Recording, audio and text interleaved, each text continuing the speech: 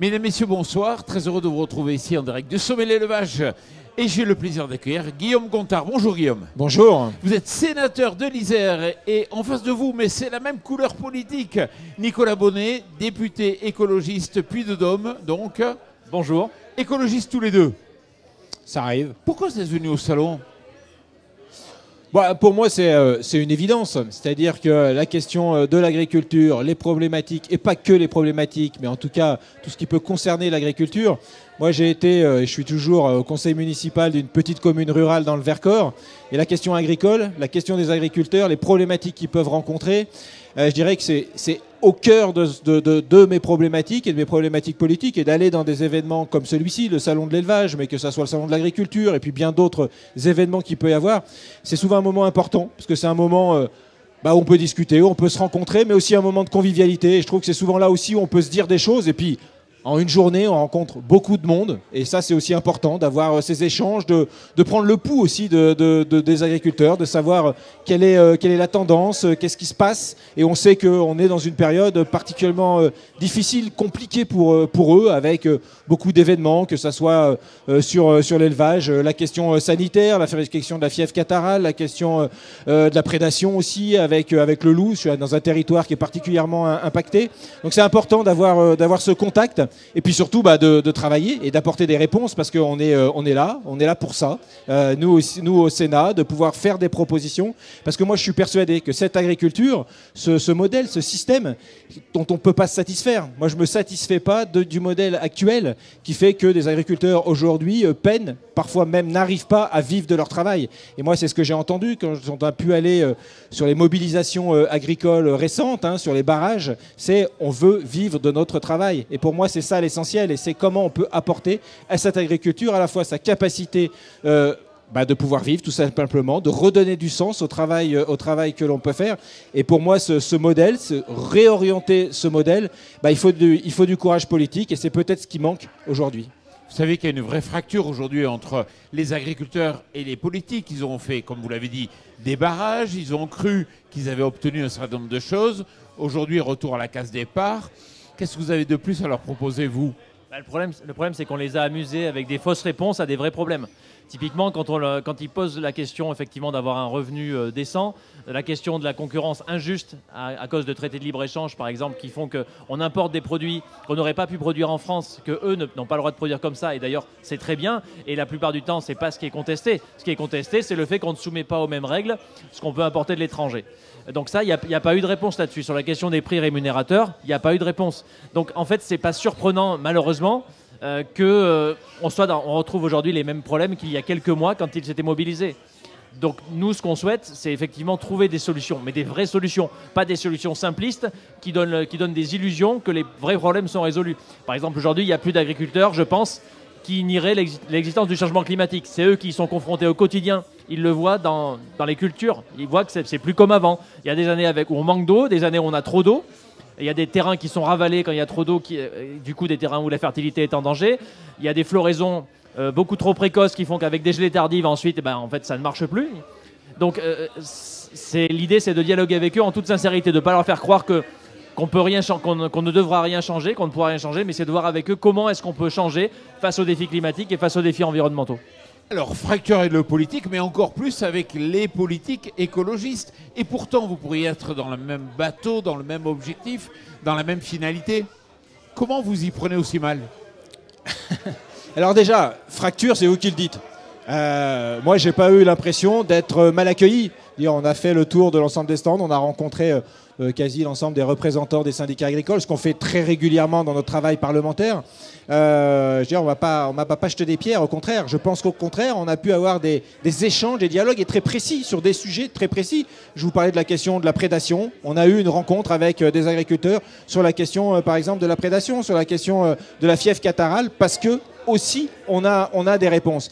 Et puis aussi, sur la question d'un modèle, moi, je ne me satisfais pas. Et on ne se satisfait pas du modèle actuel. À la fois parce que, je le disais, il n'arrive pas à nourrir les personnes qui travaillent. C'est quand même un premier problème. Deuxièmement, oui, on a besoin d'adapter notre modèle au réchauffement climatique, à ce changement climatique. Et que si on ne le fait pas, c'est toute l'agriculture qui s'effondre. Et on le voit. est-ce qu'on peut se satisfaire de ce qui arrive aujourd'hui? Non. Ben, nous, on essaye d'apporter ces solutions-là. Sur la question, on nous pose souvent la question des produits phytosanitaires, vous mettez le doigt. Pourquoi? C'est pas pour embêter, c'est pas pour... c'est sur une question sanitaire. Ce sont d'abord les agriculteurs qui subissent les conséquences de ces produits. C'est la question d'environnement, mais quand on dit l'environnement, c'est l'eau. C'est l'ensemble de ce qui nous permet de vivre et de la pollution de ces ressources. Et donc, si collectivement, on ne travaille pas à réduire cet impact-là, c'est aussi une question financière. La dépollution, c'est un coût pour chacun d'entre nous, donc il faut qu'on travaille. Mais moi, je le sais très bien, c'est pas les agriculteurs qui le feront tout seuls, c'est un accompagnement, c'est une orientation politique, et c'est ça qu'il faut qu'on mette en place. Et moi, quand je rencontre des agriculteurs, quelle que soit d'ailleurs leur activité, ils me disent, mais moi, je n'ai qu'une envie, c'est de me passer des produits phytosanitaires. Moi, c'est ce que je souhaite, mais accompagnez-moi, permettez-moi de pouvoir le faire. Et donc, collectivement, on a ce devoir, cette responsabilité, parce qu'on voit bien que sinon, ça va être compliqué. Ça va être compliqué pour les agriculteurs, ça va être compliqué pour l'ensemble de notre environnement, et je dirais pour notre vie tout court. Vous avez parlé des phytos, vous avez parlé des méga-bassines. Non, on n'a pas eu l'occasion de parler des méga-bassines aujourd'hui. Pourtant, c'est un vrai sujet. C'est un vrai sujet. Important pour vous. Mais ce n'est pas les éleveurs qui sont le plus concernés par la question des méga-bassines. Hein. Les méga-bassines, elles sont surtout là pour continuer d'encourager une des cultures très intensives, notamment la culture de maïs, qui n'est pas spécialement adaptée à nos climats, et qui en plus est là pour alimenter une certaine forme d'élevage plutôt intensive, alors que nous, ce qu'on est venu prôner ici, c'est d'abord et avant tout un élevage extensif, un élevage à l'herbe, où effectivement, comme disait Benoît Biteau, on redonne à manger de l'herbe à des herbivores. Ce qui paraît quand même à la base un petit peu plus logique. Et c'est ce qu'on trouve ici. Moi, je suis élu du Puy-de-Dôme, sur la circonscription du Sud-Ouest, où on retrouve le Puy-de-Sancy, le Puy-de-Dôme. C'est là où, en fait, on a cet élevage qui correspond vraiment en tout point au modèle qu'on doit défendre. Un modèle qui donc maintient en état les prairies, maintient nos paysages, est extensif, est autonome, et permet d'avoir des produits de qualité. Et avec des prix rémunérateurs. Et avec des prix rémunérateurs, notamment grâce à des labels de qualité, à des appellations comme l'appellation Saint-Nectaire, par exemple, pour des fromages reconnus pour leur qualité. Enfin, c'est un très bon modèle, en tout cas, ce qu'on trouve ici, et c'est ce qu'on veut mettre en avant et essayer de développer. Moi, si je peux revenir quand même sur la question de l'eau, parce que je pense que c'est vraiment quelque chose d'important. Parler des méga-bassines, le sujet de l'eau, il est primordial. On n'est pas d'agriculture sans eau. On ne sait pas faire pousser quelque chose sans eau. Et donc, cette question de l'eau, de ces épisodes de sécheresse, mais aussi de ces épisodes de forte pluie comme on vient de vivre. La question du stockage de l'eau, de la gestion de l'eau, elle a toujours existé. Depuis que l'homme est homme et depuis qu'il y a de l'agriculture, on a travaillé sur ces questions-là.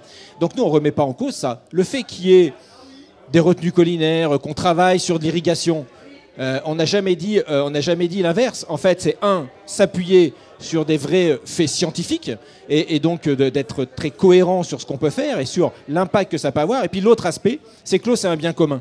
Et ce bien commun, ça veut dire qu'il faut qu'il soit géré de manière commune. Et pour moi, ça veut dire un service public de l'eau. Et ça veut dire que quand on intervient sur l'eau, c'est pas que sur un secteur, c'est pas que sur l'agriculture, parce qu'il y a aussi la question de la consommation industrielle, de la consommation humaine directe. Et donc c'est tout cet ensemble-là qu'il faut prendre en compte. Et si on ne travaille pas avec un véritable service public de l'eau, on va vivre ce qu'on vit, mais c'est une guerre de l'eau, du coup c'est un accaparement de l'eau, parce que qu'est-ce qu'il y a derrière ces méga-bassines?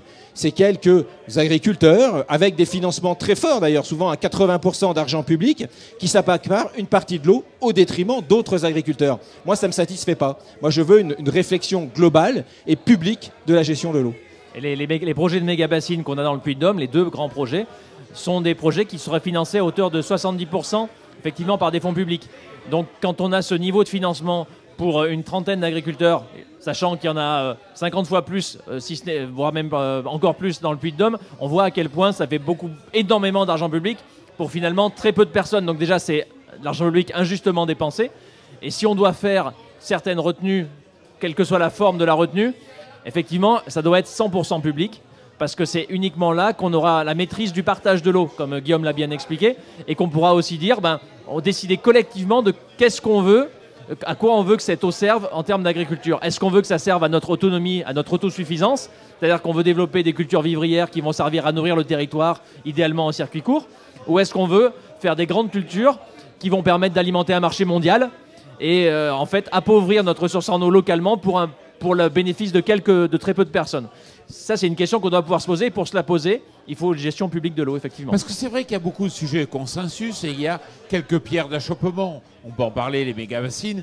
Il y a aussi l'OFB qui ressort là. On avait le sénateur Laurent Duplon, que vous connaissez, qui dit « Attention, aujourd'hui, il va falloir simplifier énormément, économiser. Il y a peut-être des choses à faire aussi par rapport à toutes les contraintes normatives qui sont imposées. » Quelle est votre vision un peu là-dessus? D'abord, dire que sur cette question de la simplification, je l'ai toujours entendu, je pense qu'on l'entendra toujours, et simplifier, simplifier, simplifier. Heureusement qu'on a quelques règles. Heureusement qu'il y a des règles qui nous protègent. Et d'ailleurs, on souhaiterait qu'il y ait plus de règles qui nous protègent du commerce extérieur, du fait qu'on ait des produits qui n'aient pas les mêmes valeurs environnementales ou sociales qui viennent dans notre pays. Donc on a besoin de normes, on a besoin de règles. Après, ça ne veut pas dire qu'il faut faire n'importe quoi. Mais pourquoi aussi ce gouvernement et le précédent ont tout de suite mis le doigt là-dessus ? Parce qu'en fait, ils n'ont pas de réponse ou ils ne veulent pas avoir de réponse sur la vraie question. Sur la vraie question que se posent les agriculteurs, c'est leur revenu. C'est comment on vit de notre travail. Et donc, on essaye de diversifier le sujet en parlant de ces fameuses normes. Moi, je dis attention. Après, il y a la question des services de l'État. Moi, je défendrai toujours, je suis un parlementaire, je défendrai toujours les services de l'État. Qu'est-ce qui se passe ? La problématique qu'on peut avoir, que ce soit avec l'OFB, avec d'autres services, souvent c'est à la fois un manque de moyens et un problème de doctrine. Mais cette doctrine-là, c'est l'État qui la donne et donc ce sont des élus qui la donnent. Et je pense qu'il faut qu'on change de doctrine sur des services de l'État qui soient plus en termes d'accompagnement, de facilitateurs des agriculteurs, de compréhension, évidemment de sanctions, parce que moi je ne connais pas de système où on n'y aurait pas de sanctions. Mais on a besoin surtout de cet accompagnement, de pouvoir savoir comment je peux changer les choses, comment je peux changer ma pratique. Pour ça, ça veut dire de l'humain, ça veut dire de l'accompagnement, ça veut dire qu'un agent OFB, faut qu'il ait du temps, il faut qu'il ait du temps pour discuter, il faut aussi qu'il ait cette proximité. Et ça, on a totalement perdu ça avec nos services publics. Alors, allez-y, Nicolas. Sur la question des normes, en fait, ça, c'est quelque chose c'est un discours qui est fait en permanence pour amuser. Moi, j'aimerais bien derrière qu'on voit un petit peu, qu'on parle juste, ne serait-ce qu'un exemple. Quelles normes ? Parce que c'est trop facile de dire moins de normes, moins de normes, moins de normes. Moi, ce que je vois surtout, c'est que les agriculteurs que je rencontre se plaignent du fait qu'il y a une inégalité des normes entre effectivement eux, celles auxquelles ils sont soumises, et donc qui sont faits pour nous protéger globalement. D'ailleurs, il y a une bonne partie des normes qui est des normes environnementales. Et je pense que c'est dans notre intérêt à tous, que ce soit des normes pour justement limiter le changement climatique, parce que de toute façon, si on ne fait rien, ça n'ira que de mal en pire, et y compris, ils en sont les premières victimes. Ça peut être des normes donc environnementales pour préserver la ressource en eau, et là, elle est aussi essentielle pour l'agriculture, donc c'est quand même dans l'intérêt général, ces normes-là. Par contre, c'est l'inégalité vis-à-vis de cultures qu'on importe, souvent sans barrière douanière, et là, c'est normal qu'ils soient pour l'égalité des normes, ou alors en tout cas des barrières qui les protègent. Mais le fait de toujours dire moins de normes, mais quelles normes en moins ? Il faut aller un peu plus loin, parce que sinon, on ne fait vraiment pas avancer le débat. Quelles normes ? Je pense qu'ils trouvent qu'ils ont trop de normes de façon globale. Oui, mais pour moi, ça pose la question notamment des traités de libre-échange. On a vu que le discours avait changé sur le traité de libre-échange. Le Mercosur, le CETA, le président de la République a dit non, mais je vais arrêter avec le Mercosur, sauf qu'on sait qu'il est en train encore aujourd'hui de négocier et de discuter. Mais vous voyez et le CETA, et le CETA qui est un traité de libre-échange avec le Canada. C'est quoi ? C'est en fait en échange de vendre quelques voitures au Canada, on accepte qu'il y ait de la viande avec des normes environnementales et sociales différentes que ce qu'on peut avoir au niveau européen, au niveau français, qui rentrent sur le marché. C'est totalement inacceptable. Ce traité, le Sénat a voté contre. On attend toujours qu'il repasse à l'Assemblée nationale. Ça veut dire que c'est un traité qui est appliqué aujourd'hui à 90% de matière totalement antidémocratique. Donc on a aussi cette problématique-là, c'est-à-dire de reprendre la main démocratiquement sur les choix qu'on veut faire, et notamment sur la question de ces traités de libre-échange. Guillaume Gontard, Nicolas Bonnet, merci beaucoup d'être venus ici pour débattre avec nous sur l'agriculture. Merci. Et puis surtout, merci à vous.